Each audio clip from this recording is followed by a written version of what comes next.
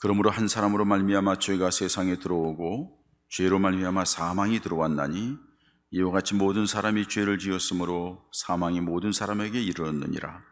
죄가 율법이 있기 전에도 세상에 있었으나 율법이 없을 때에는 죄를 죄로 여기지 아니하였느니라. 그러나 아담으로부터 모세까지 아담이 범죄와 같은 죄를 짓지 아니한 자들까지도 사망이 왕노릇하였나니 아담은 오실 자의 모형이라. 그러나 이 은사는 그 범죄와 같이 아니하니 곧 한 사람이 범죄를 인하여 많은 사람이 죽었은즉 또 하나님의 은혜와 또한 한 사람 예수 그리스도의 은혜로 말미암은 선물은 많은 사람에게 넘쳤느니라. 또 이 선물은 범죄한 한 사람으로 말미암은 것과 같지 아니하니 심판은 한 사람으로 말미암아 정죄에 이르렀으나 은사는 많은 범죄로 말미암아 의롭다 하심에 이름이니라. 한 사람이 범죄로 말미암아 사망이 그 한 사람을 통하여 왕노릇 하였은즉 더욱 은혜와 의의 선물을 넘치게 받은 자들은 한 분 예수 그리스도를 통하여 생명 안에서 왕노릇 하리로다. 그런즉 한 범죄로 많은 사람이 정죄에 이른 것 같이 한 의로운 행위로 말미암아 많은 사람이 의롭다 하심을 받아 생명에 이르렀느니라. 한 사람이 순종하지 아니하므로 많은 사람이 죄인 된 것 같이 한 사람이 순종하심으로 많은 사람이 의인이 되리라. 아멘. 사실 어느 모임이든지 가면은 큰 것, 많은 것 이런 것들에 대하여서는 관심을 많이 갖죠.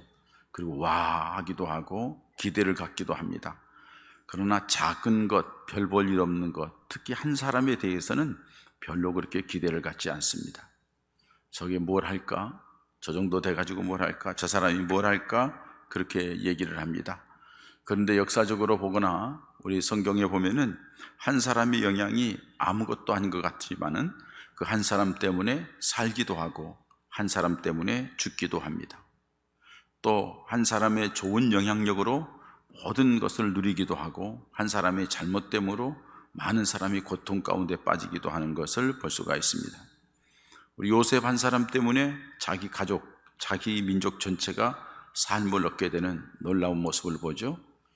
그리고 모세 한 사람 때문에 전체가 다 구원의 길로 이끌림 받는 고통의 땅, 저주의 땅, 힘든 땅에서 벗어난 놀라운 역사를 봅니다. 반대로 아간 한 사람 때문에 아이 성, 그 작은 성을 공격했다가 실패하고 36명이나 죽게 되고 이스라엘 백성 전체가 슬픔에 빠지고 통곡하게 되는 그런 모습을 봅니다. 뿐만 아니라 요나 한 사람 때문에 뱃속에 있는 모든 사람들이 고통을 당하는 걸 봅니다. 이 말씀은 성경에서 많이 찾아볼 수가 있습니다.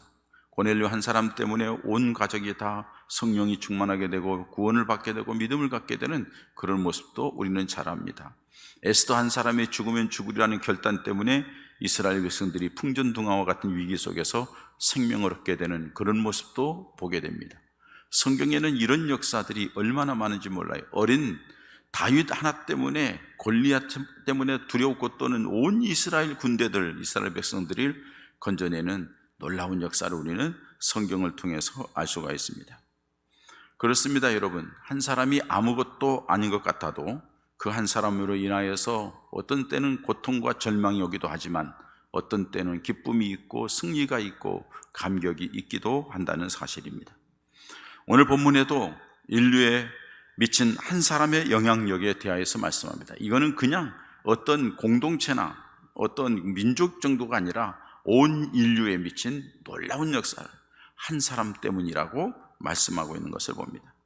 부정적인 영향을 미친 아담이라는 사람과 그 아담으로부터 주어진 그 모든 것들을 반전하고 새롭게 하는 예수 그리스도 한 분에 대한 말씀이 오늘 성경에 있는 말씀입니다.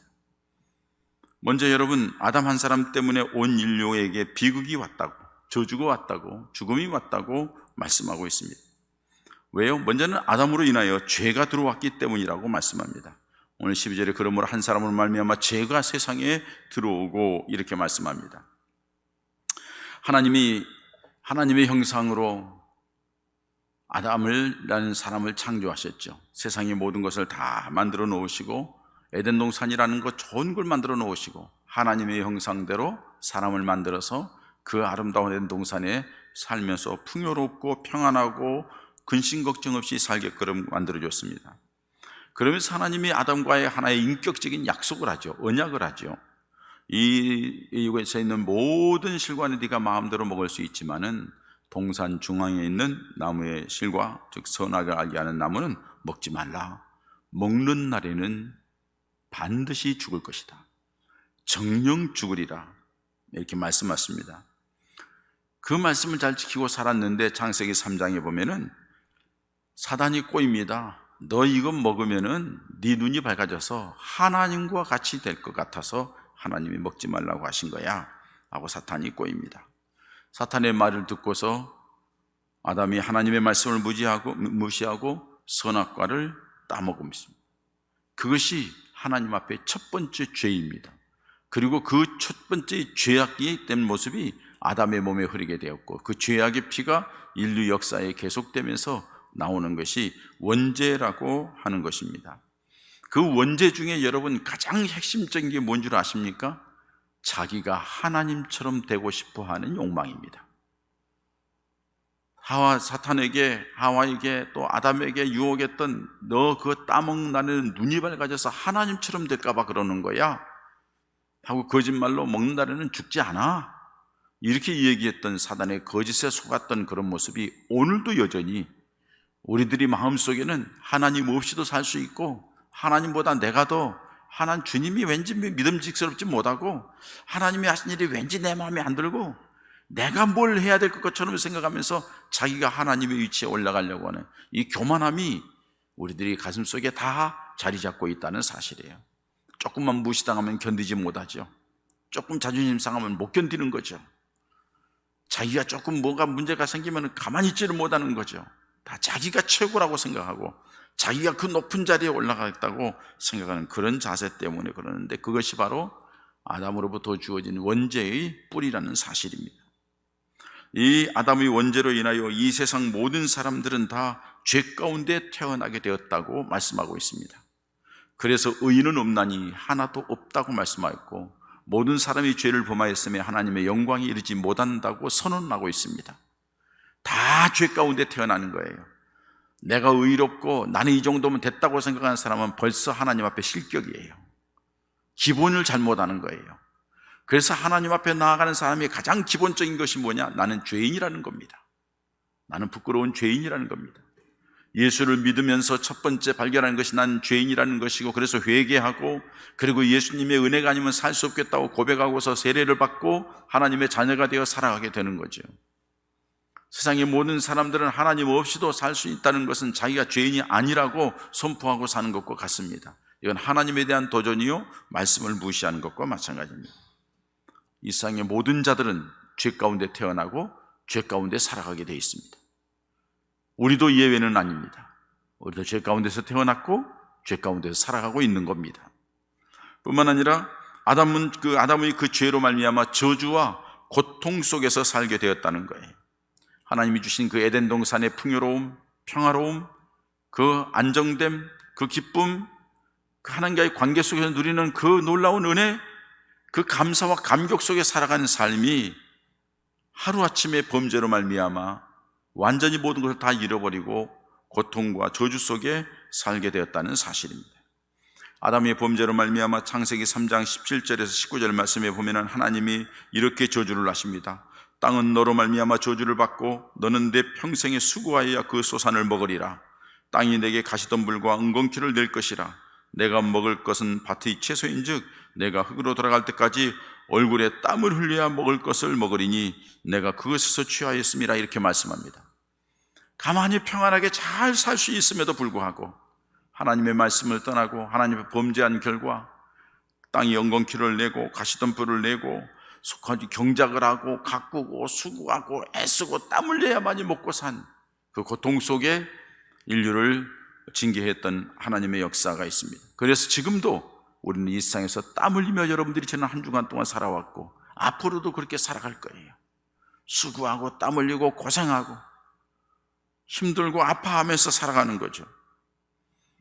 그리고서 우리들의 마음속에는 어두움이 찾아오고 갈등이 있고 번민이 있고 평안이 없어져 버린 거예요. 이게 바로 우리 인생이죠. 그래서 에베소 2장 3절에는 본질상 진노의 자녀라고까지 말씀하고 있습니다. 저주 가운데 살아가는 인생으로 전락했고 불안하고 두려워한 삶을 살게 되었다는 사실입니다. 이게 누구에게나 주어지는 아픈 현실이라는 사실입니다. 누구도 부인할 수 없어요. 예수 믿는 자는 믿지 않는 자나 다 같이 이런 자리에 살아가고 있습니다. 아담 한 사람의 범죄로 인하여서 그 저주의 고통이 우리가 사는 동안 지금 우리에게 임하고 있고 앞으로도 그렇게 살아가게 될 것입니다. 뿐만 아니라 아담의 죄의 결과는 죽음입니다.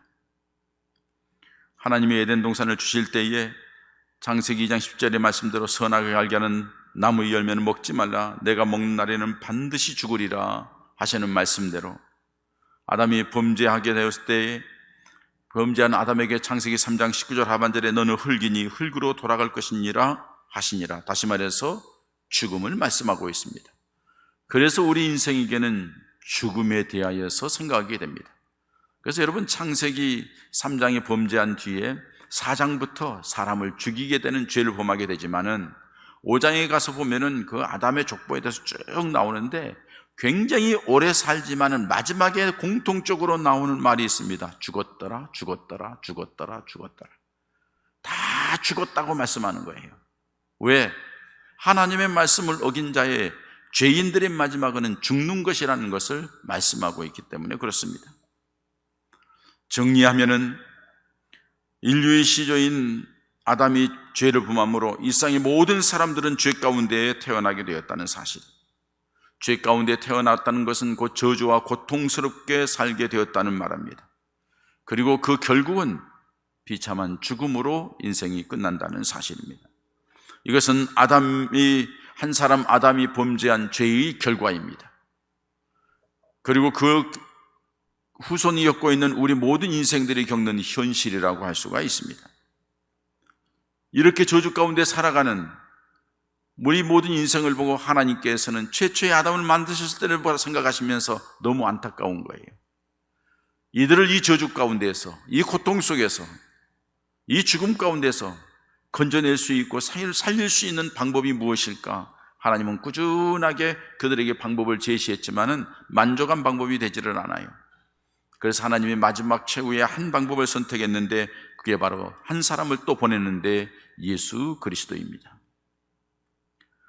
한 사람 예수님으로 인하여 온 인류에게 살 길이 열려졌다는 사실입니다. 먼저 여러분, 한 사람 예수님을 통하여서 하나님이 주신 은혜는 생명을 얻는 길을 열어주셨다는 사실입니다. 아담이 범죄하여 잃어버린 생명, 그 생명을 하나님께서 다시 회복시켜 주시고 아담이 가지고 잃어버렸던 그 영원한 생명을 예수님을 통하여서 우리에게 허락해 주셨다는 사실입니다. 그래서 로마서 6장 23절에는 죄의 싹은 사망이요 하나님의 은사는 그리스도 예수 우리 주 안에 있는 영생이니라고 말씀합니다. 아담으로부터 주어진 죄의 싹은 사망이지만은 이제 예수 그리스도로부터 우리에게 주어지는 것은 영생이라고, 그 죽음을 뒤바꿔 놓고 죽음 사망의 자리를 생명의 자리로 옮기는 것이 예수님을 통하여 우리에게 주시기 위해서 예수님을 보내셨다는 사실이에요. 이 사실을 요한복음 10장 10절에 예수님께서도 친히 말씀하십니다.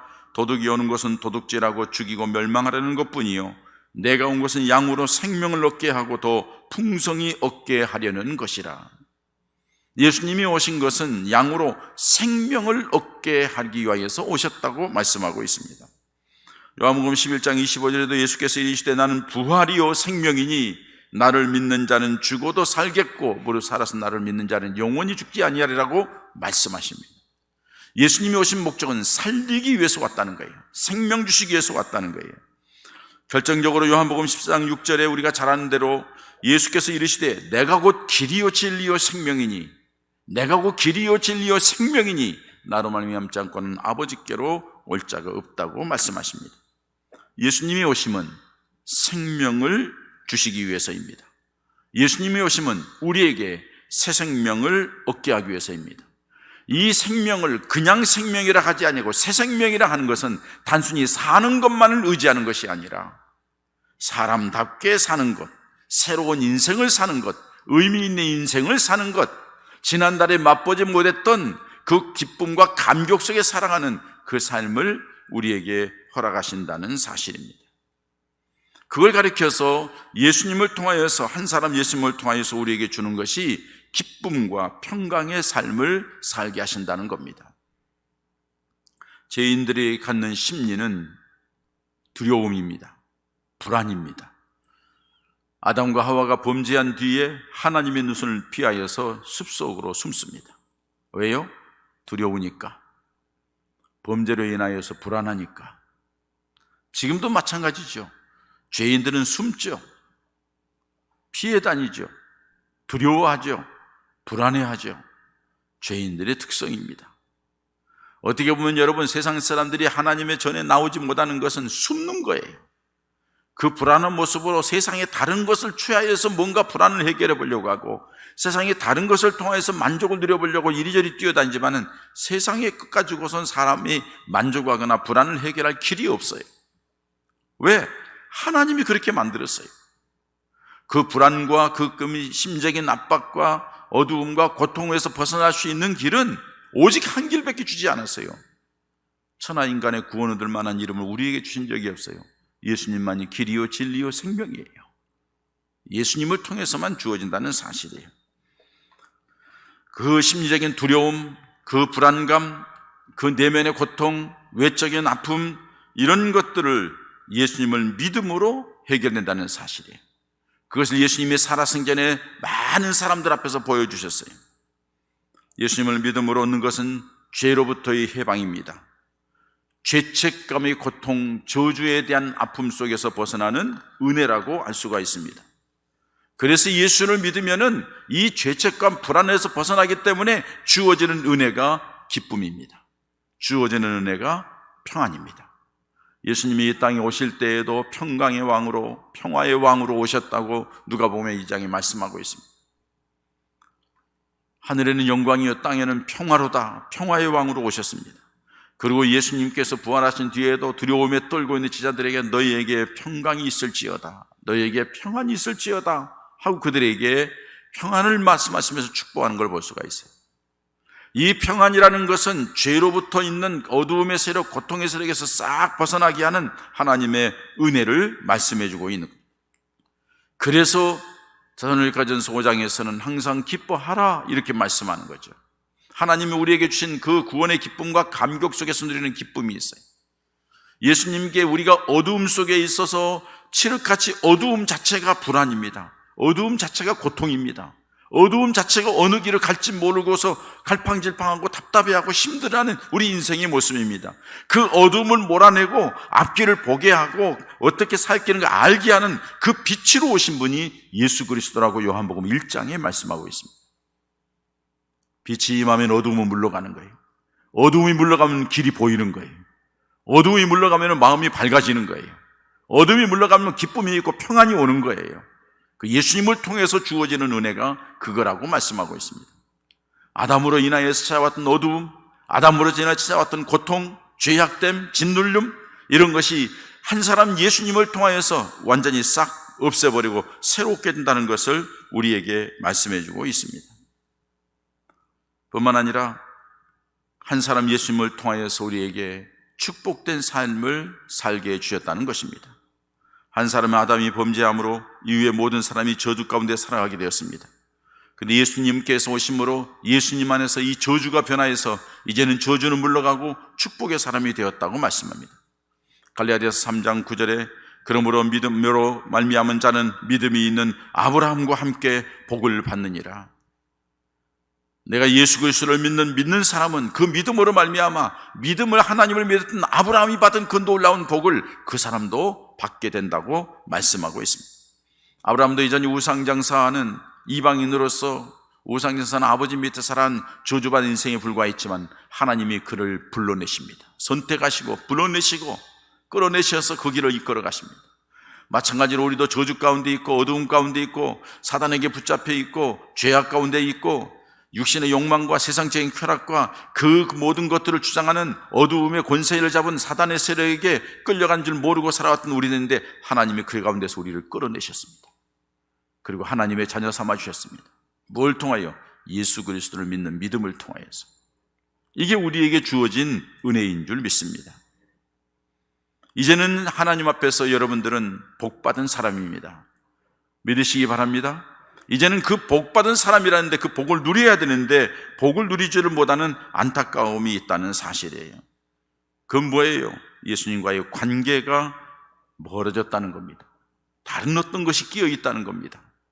그것이 여러분들이 계획이든지 꿈이든지 야망이든지 여러분들이 관심 갖고 있는 물질이든지 사람이든지 무언가 가운데 끼어 있어서 주님으로부터 주어지는 은혜와 복을 누리지 못한다는 사실입니다. 우리가 죄 가운데서 저주받은 사람의 모습을 에베소 2장 1절에서 3절에 허물과 죄로 죽었던 자라고 말씀하고 있고, 육체의 욕심을 따라 사는 본질상 진노의 자식이라고 말씀하고 있고, 어두움의 권세를 잡은 사탄에게 지배를 받는 자라고 말씀하고 있습니다. 다시 말해서 저주 아래 살아가는 비참한 인생을 살아가는 인생인데 사람들이 그걸 모르는 거예요. 그냥 매일매일 살아가면 그렇게 사는 건 줄 알아요. 아니요. 그런 삶이 아니라 또 다른 놀라운 삶이 예수님 안에 있는데, 새 생명의 삶이 예수님 안에 있는데 그걸 보지 못하는 거죠. 안타까운 것은 그 모든 것을 믿는다고 하는 우리들 가운데서도 그 사실을 깨닫지 못하고 그걸 누리지 못하는 안타까움이 있다는 겁니다. 여러분, 믿음은 호응을 치는 얘기가 아닙니다. 믿음은 현실입니다. 믿음은 삶 속에서 역사하신 하나님의 능력입니다. 그렇기 때문에 예수님 안에서 믿음 생활하는 믿음의 사람은 하나님의 역사의 주인공이 되는 줄 믿습니다. 거기에 세상에 갖지 못했던 평안이, 세상에 갖지 못했던 풍성함이, 세상에 갖지 못하는 예수님의 능력이 우리에게 임한다는 사실입니다. 하나님의 자녀가 되었고 하나님의 자녀이 된 우리에게 세상 끝날까지 함께 하시겠다고 약속받은 축복의 사람이고, 또 살아가는 과정 속에 때를 따라 돕는 은혜를 베풀어 주시겠다고 약속을 받았고, 예수님의 이름으로 무엇을 구하면 주시겠다는 약속도 받았고, 주님의 이름으로 나아가면 승리하게 해주시겠다는 약속도 받았고, 하나님의 특별한 사랑을 받은 자이고 주님이 우리의 선한 목자가 되어서 우리를 이끌어 가시겠다고 약속하시는 놀라운 사실들을 우리에게 말씀해 주고 있는데, 우리가 과연 그것을 어떻게 받아들이고 있냐고요? 어떻게 믿고 있냐고요? 그 믿음을 어떻게 표현하고 있냐고요? 하나님은 공허한 약속을 하시지 않습니다. 하나님은 말씀하신 대로 이루시는 분이십니다. 그 말씀이 그냥 주신 말씀이 아니라 저와 여러분들에게 개인적으로 직접 조곤조곤 정확하게 우리에게 말씀해 주셨다는 사실이에요. 그렇기 때문에 예수님을 붙잡아야 될 줄 믿습니다. 그렇기 때문에 예수님 중심이 되어야 될 줄 믿습니다. 그렇기 때문에 예수님을 향하여서 믿음의 걸음을 옮겨가야 될 줄 믿습니다. 여러분, 우리 모두는 이렇게 하나님의 은혜를 받은 하나님의 사람들입니다. 자, 우리는 한 사람 아담, 최초의 사람이 하나님의 형상으로 창조되어 하나님의 큰 은혜와 복을 받았던 그 아담이 사단의 꼬임에 넘어가 육신적인 욕망에 치우쳐서 하나님이 주신 것에 대해서 만족하지 못하고 있다가 거기에는 범죄해서 듣지 못할 것을 듣고 하나님의 말씀대로 어기고서 선악과를 따먹음으로 원죄가 들어왔고, 그 죄로 인하여서 고통과 저주가 들어왔고, 그 결과로 죽음의 자리까지 이르는 안타까움이 있었습니다. 그런데 하나님께서 우리를 건지시기 위하여 아담으로부터 내려온 이 죄를 한 방에 해결하기 위한 방법을 또 한 사람 예수 그리스도를 보내셔서 그 모든 것을 십자가의 죽으심으로 한 방에 해결하셨습니다. 그리고 우리에게 말씀하십니다. 예수 그리스도를 믿는 자에게는 지난날의 모든 아담이 가지고 있던 저주와 죄악과 죽음도 싹 용서해주고 사라지고 없게 해주고 예수님으로부터 주는 평안과 기쁨과 풍성함을 누리게 하겠다고 약속하셨습니다. 우리는 그 약속을 믿고 오늘 이 자리에서 이 예배를 드리는 줄 믿습니다. 우리는 그 약속을 받은 하나님의 사람들입니다. 자, 그러면은 이제 아담의 때도 지났고 예수님이 이루어진 것을 인하여서 아담의 때 모든 것이 물러갔고 주님의 은혜를 받고 새 생명을 얻고 하나님 은혜 속에 새로운 삶을 살아가는 우리들이라고 이 자리에 있습니다. 그러면 여러분, 주님이 나를 향하여서 이 시대에 오늘 너는 내게 어떤 사람이냐는 거예요. 오늘 또 한 사람, 바로 나, 바로 여러분, 개인 여러분들은 하나님 앞에 어떤 사람이 되어야 되겠습니까? 여러분들이 이제는 응답하실 때입니다. 이미 하나님이 주신 모든 것이 있는데 그걸 받아 누리지 못했다 하면은 다시 믿음의 허리띠를 동여매십시오. 그리고 다시 예수님께로, 다시 주님 중심으로, 다시 말씀으로, 다시 믿음으로 나아가는 우리가 되어야 될 줄 믿습니다. 하나님의 은혜를 받아서 구원받은 나는 어떤 사람입니까? 나는 어떠한 한 사람이 되어야 되겠습니까? 주님이 원하는 한 사람은 어떤 사람일까요? 분명히 말씀합니다. 너는 하나님의 자녀라고, 너는 내 백성이라고. 그렇기 때문에 하나님의 자녀 역할, 하나님의 백성으로서의 자리를 분명하게 지켜나가는 믿음의 사람들이 되어야 될 줄 믿습니다. 자기 자신의 정체성이 흐려지면은 아무것도 할 수 없어요. 내가 누구인가? 나는 사단에 끌린 사람이 아니고, 나는 세상에 살아가는 사람이 아니고, 나는 예수 그리스도를 구주로 믿는 하나님의 자녀이고 하나님의 사람이라는 정체성, 아이덴티티가 분명히 있어야 된다는 거예요. 내가 누구인가를 분명히 알아야 된다. 여러분 기억하십시오. 여러분 세상 사람하고 같지 않습니다. 여러분 세상의 죄악을 향하여 나아가는 사람과 같지 않습니다. 지옥을 향하여 가는 사람과 같지 않습니다. 여러분 육신의 욕망을 따라 살아가는 세상 사람과 같지 않습니다. 우리는 예수님을 통하여 구원받은 하나님의 백성이고, 우리는 예수님을 바라면서 하나님 나라를 향하여 가는 믿음의 사람들인 줄 믿습니다. 그 믿음의 사람의 자리를 분명히 지키십시오. 그러기 위해서 예수님과의 관계를 분명히 하시고 새롭게 하는 그런 하나님의 사람이 되어야 될 줄 믿습니다. 그 결과로 우리에게, 주님 안에 있는 우리에게 하나님 주신 은혜로 풍성해져야 한다는 사실입니다. 하나님은 우리에게 풍성하게 하려고 예수님이 오셨다고 말씀해서 요한복음 10장 10절에 말씀했죠. 생명을, 양으로 생명을 얻게 하고 풍성하게 얻게 하려 합니다. 요한복음 15장에도 예수님께서 많은 열매를 맺고 풍성한 삶을 살기 위한 예수님의 계획이 있다는 거예요. 근데 거기에는 정확한 원리가 있어요. 아버지가 농부이고 예수님이 포도나무고 우리는 가지이고, 그 포도나무의 가지에 붙어서 있는 자가 열매를 맺는다는 거예요. 주님과의 관계를 잘 맺어야 우리에게 풍성함이 있다는 사실을 말씀해 주고 있습니다. 뿐만 아니라 여러분, 우리가 풍성하게 누릴 뿐만 아니라 우리 주님 앞에는 만물에 충만케 하신 충만함이 있다고 했으니 주님 안에서 그 풍성함을 당연히 누려야 되고, 그리고 또 한 가지는 주님을 주시는, 주님을 통하여서 하나님이 내게 주시는 기쁘게 하시는, 하나님을 기쁘시게 하시는 삶을 살아야 될 줄 믿습니다. 내가 받은 은혜가 있어서 그 구원의 기쁨과 감격 속에서 하나님을 기쁘시게 하는 거예요. 하나님을 기쁘시게 하는 게 뭐예요? 믿음이 없이는 하나님을 기쁘시게 할 수 없다고 그랬어요. 여러분, 하나님의 살아계심을 분명히 믿으시기 바랍니다. 예수 그리스도의 십자가의 구속의 은혜를 분명히 믿고 붙잡으시기 바랍니다. 그것이 하나님을 기쁘시게 하고 그것이 주님을 기쁘시게 하는 모습입니다. 그리고 그 구원받은 백성들이 성경에 보면 하나님이 참 기뻐하시는 것은 그 믿음의 백성들, 하나님의 부름받은 백성들, 구원받은 백성들이 가는 곳곳마다 예배를 드릴 때 하나님이 기뻐하셨다는 사실. 여러분, 예배는 하나님과의 관계 회복입니다. 한 주간 동안에 살아오면서, 매일매일 살아가면서 여러 가지 환경 속에서 오염되고 힘들고 지쳐있고, 때로는 내 자신이 원치 않는 그런 결정적인 순간에 하나님 앞에 부끄러운 자리에 들어갔다 할지라도 매일매일의 예배를 통하여, 새벽 기도를 통하여, 수 예배를 통하여, 금요 기도를 통하여, 주일 예배를 통하여서 다시 하나님과의 관계를 회복시키는 것, 이것이 바로 복받은 하나님의 사람들의 모습인 줄 믿습니다. 그것이 바로 하나님을 기쁘시게 하는 거예요. 하나님께 영광 돌리는 거예요. 하나님이 기뻐하는 것이 무엇일까를 생각하는, 왜? 받은 은혜가 있기 때문에. 우리 한 사람 한 사람이 하나님은 내 삶의 위치에서, 내 마음속에서, 우리 가정에서, 내 일터에서, 우리 교회 안에서 하나님 앞에 내가 할 수 있는 것이, 하나님을 기쁘게 하는 것이 무엇일까를 생각하는, 그것이 바로 바른 믿음의 사람이라는 겁니다. 하나님이 원하는 한 사람이에요. 무엇보다도 거룩한 영향력을 미치는 사람이 되어야 합니다. 여러분, 예수는 내가 예수 믿어서 구원받는 것으로 끝나는 것을 원치 않습니다. 주님이 원하는 것은 우리가 어두운 자리에서 구원받고, 죄악된 자리에서 건짐을 받고, 사단의 올무에서 끌어내음을 받고, 저주 가운데서 다 끊어버리고 축복의 자리로 왔으니까 그 은혜를 받아서 복을 누리며 평안을 누리며 잘 살다가 천국 가는 것, 그것으로 하나님께서는 우리에게 만족하지 않습니다. 여러분, 한 사람 한 사람에게 하나님이 기대하는 바가 있습니다. 그것은 뭡니까? 세상을 향한 거룩한 영향력입니다.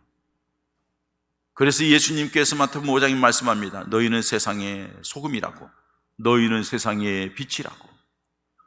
여러분, 우리를 향하여서 예수님께서 너희는 세상의 소금이다, 세상의 빛이라 하는 말은 다른 말이 아니라 세상 가운데 거룩한 영향력을 미치는 자가 되어야 한다는 거예요. 어둠을 몰아내는 자가 되어야 한다는 거예요. 부패하고 썩어지는 것에 오염되는 것을 방지하는 자가 되어야 한다는 거예요. 이게 복음의 사람입니다. 이게 믿음의 사람입니다. 이게 하나님의 자녀입니다. 하나님께서는 아담이 실패한 것 예수님을 통하여서 다 해결해 놓으신 것, 이제는 그 해결받은 사람들에게 하나님의 기대하는 한 사람 한 사람에게 요구가 있는데, 너희는 세상의 빛이라는 거예요. 너희는 세상의 소금이라는 거예요. 세상 사람들 앞에서 믿음 안에서 당당히 서서 하나님의 거룩한 백성의 빛, 하나님의 사람의 모습을 보이는 것, 그것을 하나님께서 원하신다는 거예요. 여러분이 더 이상 죄의 종이 아니라 이제는 의의 왕노릇하라는 겁니다. 오늘 21절에 마지막 절 읽지 않았습니다마는, 이는 죄가 사망 안에서 왕노릇한 것 같이 은혜도 또한 의로 말미암아 왕노릇하여 우리 주 예수 그리스도로 말미암아 영생에 이르게 하려 함이라. 은혜도 또한 의로 말미암아 왕노릇하는 게, 은혜로 왕노릇하는 거예요. 왕이라는 것은 뭐예요? 다스리는 거예요. 하나님의 은혜로 세상을 다스리고, 하나님의 은혜로 나도 다스리고, 하나님의 은혜로 모든 것을 다스리는, 그래서 하나님의 영광을 드리려는 믿음의 사람들이 돼야 한다는 사실입니다. 우리는 그 능력으로 세상 사람들에게 거룩한 영향력을 미치는 성도가 되어야 되겠습니다. 코로나로 어려워진 상황입니다. 다시 또 확진자가 10만 명 이상 높아가고 점점 20만 명까지 될 거라고 얘기를 합니다. 전쟁의 여파로 경제의 불경기는 계속 지속되고 있고, 살고 힘들고 어려운 상황이 계속되고 있습니다. 여러분, 이런 모든 상황만 볼 때에는 참 비참하고 힘들고 어렵고 답답하고 어떻게 될지 모르겠습니다. 그러나 여러분, 어떤 상황, 어떤 가운데 있든지 간에 우리 주님은 그 가운데 함께 있다는 사실을 믿으시기 바랍니다. 그리고 그 가운데 함께 있는 저와 여러분들을 하나님이 이미 선택하여서 아담으로부터 내어려오는 죄악과 저주와 고통과 슬픔과 아픔을 다 해결했고, 예수 안에서 새로운 삶을 만들어서 이끌어가고, 그 주님 안에서 여러분들이 이 어려움 속에서도 이겨나갈 수 있는 은혜와 축복을 준비하고 있다는 사실을 믿으시기 바랍니다. 성경을 보십시오. 다윗이 그렇게 어려울 때에도 하나님이 함께 하셨습니다. 요셉이 그렇게 고통스러울 때도 하나님이 함께 하셨습니다. 나라가 위기가 있던 이스라엘 백성들에게 에스더가 얼마나 힘들었어요. 다니엘이 얼마나 힘들었어요. 뜻을 정하잖아요. 자기 스스로 자기를 치는 거예요. 자기는 믿음 안에 살겠다는 거예요. 하나님 중심으로 살겠다는 거예요. 그렇게 결단하고 다짐하는 거예요. 사도 바울이 예수님 중심으로 예수님을 전하는 걸로 살겠다는 거예요. 그래서 옥중에서도 찬송하고 기도하는 거예요. 그랬더니 그런 열악한 환경 속에서도 하나님이 그때 그 사람에게 개입하셔서 놀라우게 하나님의 살아계심을 나타냈던 것을 볼 수가 있습니다. 그 하나님이 우리 하나님인 줄 믿습니다. 우리들의 삶 속에서도 그 하나님이 함께 하시는 줄 믿습니다. 그러 여러분, 우리 초점을 세상의 주변에 두리번거리지 말고 십자가에 달리신 예수 그리스도를 바라보시기 바랍니다. 우리를 사랑하신 하나님을 향하시기 바랍니다. 하나님의 말씀에 뭐라고 했는지 귀를 기울이시기 바랍니다. 한 사람이 하나님의 놀라운 역사를 가져오셨다는 것, 여러분 한 사람이 여러분들이 가정을 살릴 겁니다. 여러분 한 사람이 이 교회를 살릴 겁니다. 우리 교회가 미약하지만 우리 교회를 통하여 한국 교회를 살리고 세계 교회에 하나님의 살아계심을 증거하는 은혜가 있어지기를 소망합니다. 우리 한 사람이 중요합니다. 예화 하나를 마치고 말씀을 마치겠습니다. 미국 보스턴에 가면은 우리가 잘 아는 하버드 대학이 있습니다. 존 하버드라고 하는 분이 1636년 영국에서 미국으로 이민을 와서 세운 하버드 대학입니다. 이 하버드 대학은 한 사람, 존 하버드로 인하여서 세워졌습니다.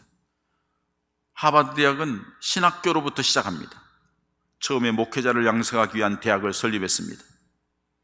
그 대학 교문에는 하버드가 늘 주장했던 신념의 글이 새겨져 있습니다. 이렇게 글에 써 있습니다.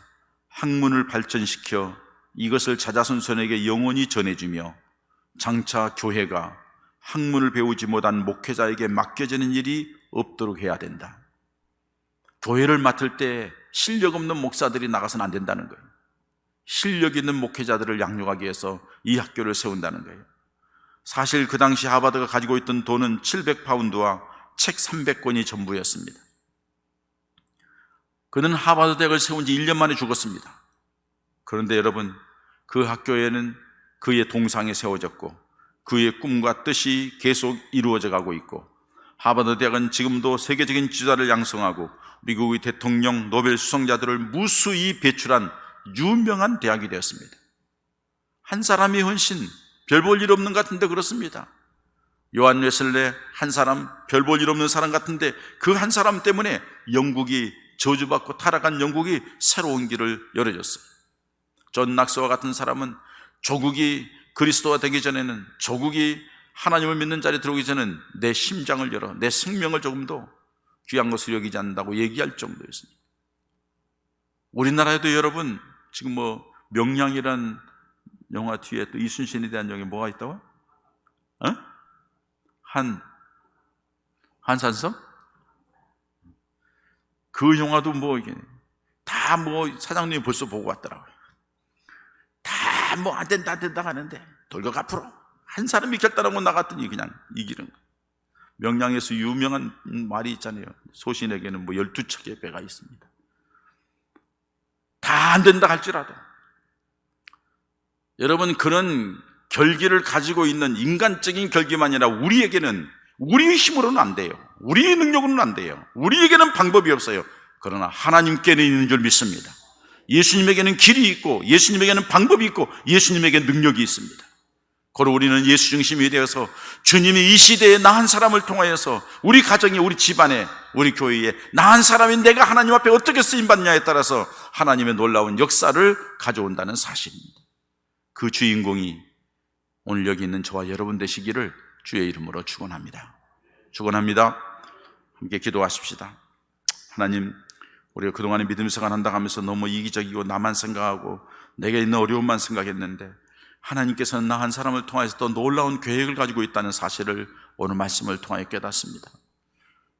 주님, 이제 내가 주님께 초점을 맞추고 주님께 붙어 있어서 주님의 사람으로 온전히 살아가고 빛과 소금된 역할을 감당하며 그리고 하나님의 주시는 놀라운 은혜와 풍성한 복도 누리며 하나님의 영광을 찬양하고 주님을 높여드리는 삶으로서 정말로 주님의 쓰임받는 한 사람이 되기를 원합니다. 주님, 나에게 은혜를 주시고 나를 불쌍히 여겨달라고 우리 함께 이 시간 기도하십시다. 아버지 하나님, 감사합니다. 세상의 수많은 사람들 가운데서 부정한 종을 사랑하여 주시면서 예수님이 있게 하시고 그 고통과 저주 가운데에서 믿음을 갖게 하시고 그 어려운 속에서도 하나님의 종의 길을 갖게 하시고 나를 주셔서 주님 앞에 부끄럽지 않는 종, 이 종 한 사람을 인하여 수많은 생명이 살아나고 하나님의 뜻이 이루어지고 하나님의 영광을 드리는 역사입니다. 하나님 은혜 주시고 복을 내려 주시옵소서. 사랑의 하나님 아버지, 감사합니다. 오늘 7월 마지막 주일 찜통더위 속에서도 우리 주님 전에 찾아 나와서 예배하며 주의 말씀을 들으면서 한 사람 때문에 죄와 저주와 사망이 들어왔고, 그러나 또 한 사람 때문에 그 모든 것들을 다 없애버리고 자유와 평강과 은혜와 축복의 삶으로, 생명의 삶으로 이끌어가신 예수 그리스도의 은혜가 임했고, 그 은혜가 우리들에게 임했는데 이제 이 시대에 한 사람인 우리들 하나님 앞에 어떤 모습으로 살아야 될지, 하나님의 자녀로서, 하나님의 백성으로서 거룩한 영향력을 미치고 하나님의 은혜와 복을 누리며 하나님의 역사의 주인공이 되겠다고 다짐한 우리에게 우리 하나님 놀라운 은혜를 베풀어 주시어서 상황을 보지 말게 하시고 환경을 보지 말게 하시고 지금 내 형편을 보지 말게 하시고 나와 함께 하시는 전능하신 하나님, 나를 사랑하신 예수 그리스도의 그 은혜와 능력에 붙들림 받아요 하나님의 영광의 도구가 되는 우리 예본 가족들 한 사람 한 사람 되게 하여 주시옵소서. 예수님의 이름으로 기도합니다. 아멘.